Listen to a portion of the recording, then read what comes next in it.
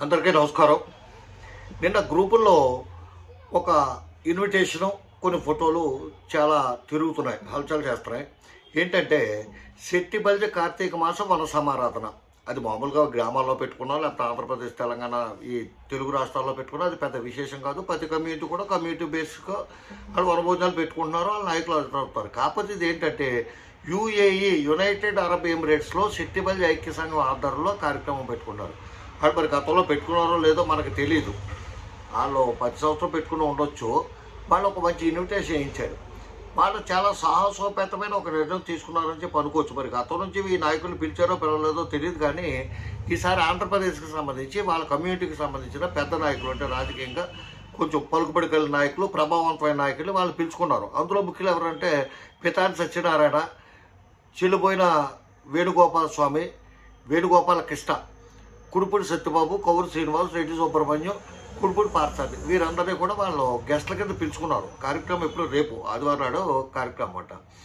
పిలుచుకోవచ్చు, వాళ్ళ కుల నాయకులు పిలుచుకున్నారు, తప్పే ఉంది, వెళ్తారు, అది కాదు. ఇది ఒక గొప్ప సాంప్రదాయానికి తెరతీశారు. కువైట్లో, దుబాయ్లో ఉంటూ అక్కడ వాళ్ళు చేసుకునే ఒక కార్యక్రమానికి వాళ్ళ నాయకులు ఎంతో అభిమానంతో వాళ్ళ పిలవటం, ఈ నాయకులు కూడా చాలామంది వెళ్తున్నట్టు తెలిసింది. ఆల్రెడీ వీళ్ళందరికీ కూడా ముఖ్య నాయకుడు, 4 సార్లు ఎమ్మెల్యే చేసి 4 ముఖ్యమంత్రుల మంత్రివర్గంలో పనిచేసిన పితాని సత్యనారాయణ గారు ఆల్రెడీ మొన్న అక్కడ జాయిన్ అయ్యాడు. ఆయనకి చాలా ఘనస్వాగతం పలికారు వాళ్ళ కులస్తులు. ఆ ఎయిర్పోర్ట్లోనే వాళ్ళు చాలా ఆనందంగా, వీళ్ళు ఆనందంగా ఉన్న మంచి సన్నివేశానికి సంబంధించిన ఫోటోలన్నీ కూడా కొన్ని అయితే గ్రూపుల్లో తిరుగుతాయి, కొన్ని ఒక దుబాయ్ మిత్రుడు పంపించాడు, శెట్టిబల్జ కమ్యూనిటీకి సంబంధించిన మిత్రుడే. ఇదంతా ఎందుకు చెప్తున్నాను అంటే, ఏదైనా ఒక మంచి కార్యక్రమం ఎవరి తలపెట్టినా దాన్ని ఆదర్శవంతంగా తీసుకుంటూ, దాన్ని ఆచరణతో, దాన్ని ఫాలో అవుతూ తప్పేవే కాదు.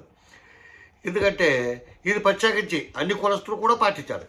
చాలా కులస్తులు ఐకమత్యం ఉంది, యూనిటీ ఉంది, డిసిప్లిన్ ఉంది. ప్రత్యేకించి కాపీ కమిటీకి సంబంధించిన కొన్ని విషయాలు ఇప్పుడు వెంటనే మొదలు పెడతారు, ఇది శెట్టిబల్జ పీటీఎం అని చెప్పి. ఎందుకంటే కాపీలో లేనిది ఏంటంటే సహనం. దానివల్ల ఏమవుతుందంటే ఏదైనా వాళ్ళకి నచ్చని విషయం కానీ ఏమన్నా మాట్లాడామా వెంటనే ఆడు పేటీఎం అని, ఆడేమో కులద్రోహని, లేకపోతే సంఘద్రోహని, దేశద్రోహని, వాళ్ళు ఇష్టం వచ్చినట్టు నోటికి ఏమవుతుంది మాట్లాడతారు. అది స్వతహాగా నేను అనుభవించిన బాధ ఒకటి చెప్తాను మీకు.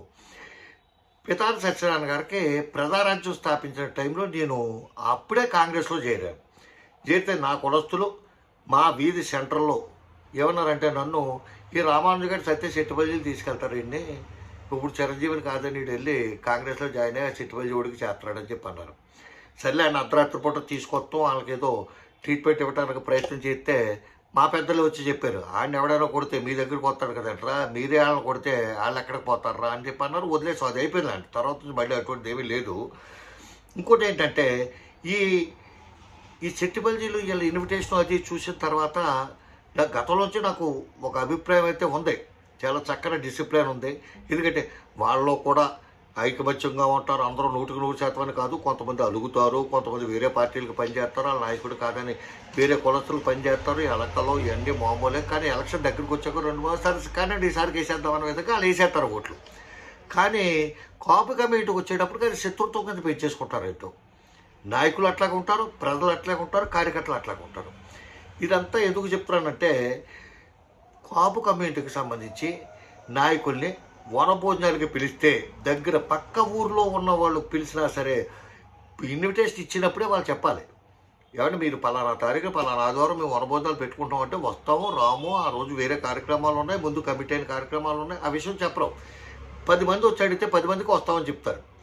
వాళ్ళు ఏం చేస్తారు, ఈ నాయకుడు నుంచి ఆశించింది ఏంటి, ఆ నాయకుడు వస్తే మా కోసం వచ్చాడని చెప్పి ఆనందపడి అతనికి ఫ్లెక్సీలు వేస్తారు, దండలు వేస్తారు, శాలువాలు కప్పుతారు, పూలు జమ్ముతారు, మంచి చుట్టూ 10 మంది నిలబడి వడ్డింటారు, అన్ని చేస్తారు తప్ప వాళ్ళ నుంచి చందాలు ఆశించరు. కానీ వీళ్ళు ఏం చేస్తారు, చెప్ప పెట్టకుండా ఎగ్గొడతారు. 10 చోట్ల 20 చోట్లకు వస్తామని చెప్పి ఎగ్గొడతారు. దానివల్ల వాళ్ళ ప్రాణం చివుక్కుమంటుంది. అటువంటి లక్షణాలు కొన్ని మానుకోవాలి. ఎందుకంటే ఎంతో దూరంలో దుబాయ్లో కార్యక్రమం పెట్టుకుంటే ఈ నాయకులంతా వెళ్తున్నారంటే, ఇప్పుడు ఈ శెట్టిబల్జీ నాయకులకి, రాజకీయ నాయకులకి, పితాన్ లాంటి నాయకులకి కులం వాళ్ళకి బలమా, వీళ్ళ కులానికి బలమా అనేది ఆలోచించుకోవాలి. రెండు కూడా ఉంటాయి. ఎందుకంటే వీళ్ళ కులానికి మీకు మేమున్నాం, అండగా ఉంటాం అనే విధంగా ఒక మెసేజ్ ఇవ్వడం కోసం అంత దూరం వెళ్ళారు వీళ్ళు. అట్లాగే మీకేమొచ్చినా మేము ఎక్కడున్నా ఇక్కడ నుంచి ఓటేస్తానికంటూ రాలేకపోయినా మేము మా కుటుంబ సభ్యులకు ప్రభావితం చేసి మీకు ఓట్లు వేయించగలం, మీ సమస్యలకు మేము స్పందించగలం ఈ సోషల్ మీడియా ద్వారా అని చెప్పి ఒక మంచి సందేశం ఇవ్వడానికి వాళ్ళ ప్రయత్నం చేస్తారు. నేను చెప్తున్నాను, మీరు గుర్తుపెట్టుకోండి. డెఫినెట్గా ఈ సంప్రదాయం మిగతా కులాల్లో కూడా దుబాయ్లో కానీ లేకపోతే వేరే అరబ్ కంట్రీస్లో ఇక్కడ నుంచి వెళ్ళి చిన్న చిన్న స్థాయిలో పనిచేసుకున్న కుర్రోళ్ళందరూ కూడా ఒక యూనిటీ అయ్యి వాళ్ళు కూడా వాళ్ళ కుల నాయకుల్ని, కులంలో ఉన్న పెద్ద నాయకుల్ని కాకేసుకుని వాళ్ళు కూడా వనభోజనాలు కానీ ఇంకొక ఈవెంట్ కానీ ఏదో ఒకటి జరుపుకుని ఒకరికొకరు ఐకమత్యంగా ఉండటానికే ఈ సెట్టిబల్జీ చేసే ఈ కార్యక్రమం చాలా అత్యద్భుతంగా ఉపయోగపడుతుందని చెప్పి నేను భావిస్తూ ఈ సందర్భంలో ఇటువంటి మంచి కార్యక్రమాన్ని తలపెట్టిన ఆ దుబాయ్లో ఉన్న సెట్టిబల్జీ కమ్యూనిటీకి సంబంధించిన తెలుగు సోదరులు అయినందుకు వాళ్ళందరికీ హృదయపూర్వక అభినందనలు తెలియజేస్తూ, అట్లాగే అక్కడ కేకేసారు ఏదో చిన్న పనులు చేసుకుంటున్నారో, స్థిరపడ్డ వాళ్ళు ఉన్నారో, లేకపోతే పెద్ద పెద్ద వ్యాపారాలు చేసుకుంటున్న వాళ్ళు ఉన్నారో, ఉద్యోగాలు చేసుకుంటున్న వాళ్ళు ఉన్నారో, వాళ్ళందరూ ఏంటంటే మనకి ఇక్కడ ఈ నాయకులు ఉన్నారా, ఈ నాయకులకి అక్కడ ఆంధ్రాలో కానీ తెలంగాణలో కానీ మన సెట్టిబల్జీ కమ్యూనిటీకి సంబంధించిన ఎమ్మెల్యేలు ఎంపీలు అంతా టచ్లో ఉన్నారు. టచ్లో లేకపోతే వీళ్ళు పిలిచినట్టే వాళ్ళు ఎంత దూరం ఎందుకు వస్తారో అని ఒక మనోధైర్యం వాళ్ళకి ఏర్పడుతుంది. ఎందుకంటే వేరే చోట ఉన్నారంటే బిక్కుబిక్కుమంటూ ఉండవలసిన పరిస్థితి. 100 మంది ఉన్నా 1,00,000 మంది ఉన్నా మన కాని ప్రదేశంలో మనం ఉన్నామంటే మైనార్టీల కిందే లెక్క. అటువంటి పరిస్థితుల్లో వాళ్ళకి ధైర్యం చెప్తానికి వెళ్ళేందుకు ఈ నాయకులు కూడా అభినందిస్తూ, కాపు కమ్యూనిటీకి సంబంధించిన వ్యక్తులకి నాయకులకి అందరికీ నేను చేసేది విన్నపం ఏంటంటే, ఈ ఇన్విటేషన్ మళ్ళీ ఒకసారి చూడండి, మీకు చూపిస్తాను. ఆ ఇన్విటేషన్లో రాజకీయ నాయకులు ఉన్నారు కానీ పార్టీలకు సంబంధించి ఒకే పార్టీకి సంబంధించిన నాయకులు ఎవరూ లేరు. మీరు గమనించండి, అన్ని పార్టీలకు సంబంధించిన నాయకులను వాళ్ళు పిలుచుకున్నారు. అంతే తప్ప ఒక పార్టీకి కట్టు బానిసల కింద వ్యవహరించకుండా మేము పలానా పార్టీలోనే ఉంటేనే కోపుల కింద లెక్క, లేకపోతే కోపుల్లోంచి విలేచేస్తాం అని చెప్పి ప్రవర్తించే కోపు సోదరులందరికీ, కోపు నాయకులందరికీ మీకు చేసే వినపం ఏంటంటే, మీకు వ్యతిరేక పార్టీ వాడిని విమర్శించండి, బూతులు తిట్టకండి. ఇది వచ్చాక కొంతమంది యువత తయారైన జబ్బు అది.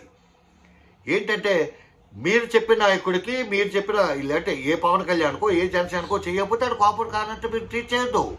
ఎవరికాడే వాడి పార్టీలో ఉంటాడో. ఈ చెట్టుబడి లేరా వీళ్ళు ఎప్పటి నుంచో కురుపూడి ప్రభాకర్ లాంటి పెద్ద వ్యక్తులు వాళ్ళు కాంగ్రెస్లో ఉన్నా ఆ టైంలో కూడా చెట్టుబడి తెలుగుదేశంలో ఉన్న వాళ్ళు ఉన్నారు. అలాగని చెప్పి వాళ్ళు ఎప్పుడు తిట్టుకోలేదే, ఎప్పుడు కూడా లంజులు లంబడీలు అనే స్థాయికి తిట్టేసుకుని మాట్లాడితే దౌర్జన్యం చేసేంత పరిస్థితి మాటలతో వెళ్ళిపోతాం అనేది కరెక్ట్ పద్ధతి కాదు. సమయంలో పాటించండి అని చెప్పి మీకంతా చెప్తూ, ఇటువంటి వాళ్ళని చూసి మంచి అనేది ఎవరి నుంచైనా నేర్చుకోవచ్చు. కాబట్టి ఈ మంచి వీడియో ఈ పోస్ట్ చూసాక నాకు ఎందుకో వీడియో చేయాలనిపించి చేశాను. అంతే తప్ప వాళ్ళు ఎవరినో చూసి నేర్చుకోవాలంటే మేము తక్కువ వాళ్ళమా, లేకపోతే వాళ్ళకంటే మేము తక్కువ వాళ్ళమా, వీళ్ళకంటే మేము తక్కువ వాళ్ళమా అని చెప్పి మొదలు పెడతారు. అటువంటి ఏమీ మొదలు పెట్టక్కర్లేదు. మీరు చూస్తూ ఉండండి. 2025లో దుబాయ్లో కానీ కువైట్లో కానీ ఇంకో చోట కానీ ఎక్కడో చోట మన కమ్యూనిటీకి సంబంధించిన మన కాపు కమ్యూనిటీకి సంబంధించిన సోదరులు కూడా ఇటువంటి కార్యక్రమం తలపెట్టి ఎవరైనా రాజకీయంగా పెద్ద స్థానంలో ఉన్న పెద్దలు కానీ కేకెత్తే తప్పనిసరిగా అటెండ్ అవ్వండి. వాళ్ళకి మనోధైర్యం పెంచండి. ఒక యూనిటీకి ఒక మంచి ప్రాతిపదికగా మీరు కూడా ప్రవర్తించండి చెప్పి రిక్వెస్ట్ చేయడం కోసం ఇది చేశాను. అంతేగాని వాళ్ళకు కూడా వస్తానని చెప్పి దెబ్బేయకండి. ఎందుకంటే ఈ స్టేజ్లో వాళ్ళు వస్తానని ముందు వెళ్తే వాళ్ళు ఎంత ఆనందపడతారో వాళ్ళ కళ్ళలో ఆ ఫోటోల్లో మీరు చూశారు. కాబట్టి మీరు వెళ్ళగలిగితే వెళ్తానని చెప్పండి, లేకపోతే లేదని చెప్పండి. అదేవిధంగా లోకల్గా మిమ్మల్ని వనభోజనాలకు కేకేసినప్పుడు మీకు ఉన్న ఇన్విటేషన్లో మీకున్న కమిట్మెంట్లు బట్టి ఆ రోజు ఇలా రాలేకపోతున్నారా, లేకపోతే నా భార్య వస్తుంది, లేకపోతే నా కొడుకు వస్తాడో, లేకపోతే నా తమ్ముడు వస్తాడో అని చెప్పి ముందే కన్విన్స్ చేయండి. ఇన్విటేషన్లో ఉన్న పేర్లు అక్కడికి వచ్చిన తర్వాత జనాలకు కనపడకపోతే ఆ ఫంక్షన్ యొక్క అందం పోతే, ఆ ఫంక్షన్ పెట్టుకున్న ఆనందం పోయి విచారం మిగులుతుందని చెప్పి పెద్దలందరికీ తెలియజేస్తూ ఇటువంటి విషయాల్లో కొంచెం జాగ్రత్తగా ఉండటం మంచిదని చెప్పి మరొకసారి ఈ సెట్టిబల్జీ సోదరులను హృదయపూర్వకంగా అభినందిస్తూ సెలవు తీసుకుంటున్నాను. రామాంధ్రరావు, జై హింద్.